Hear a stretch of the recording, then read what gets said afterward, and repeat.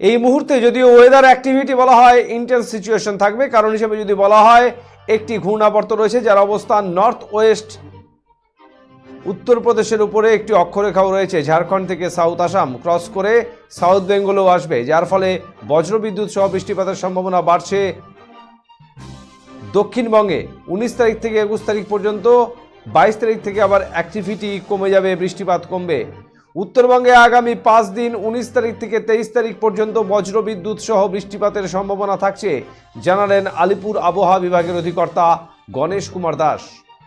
এই মুহূর্তে যদি আমাদের রিজনের কথা বলি, সব অ্যাক্টিভিটি কিন্তু ইন্টেন্স থাকবে আমাদের রিজনে।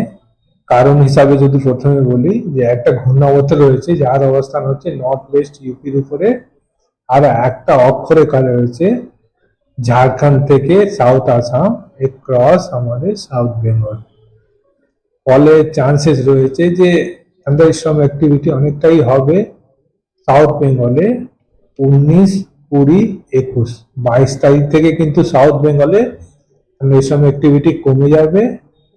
তবে নর্থ বেঙ্গলে আগামী 5 দিন 19 থেকে 23 তারিখ পর্যন্ত চান্সেস রয়েছে কি থান্ডারস্টর্ম অ্যাক্টিভিটি হবে।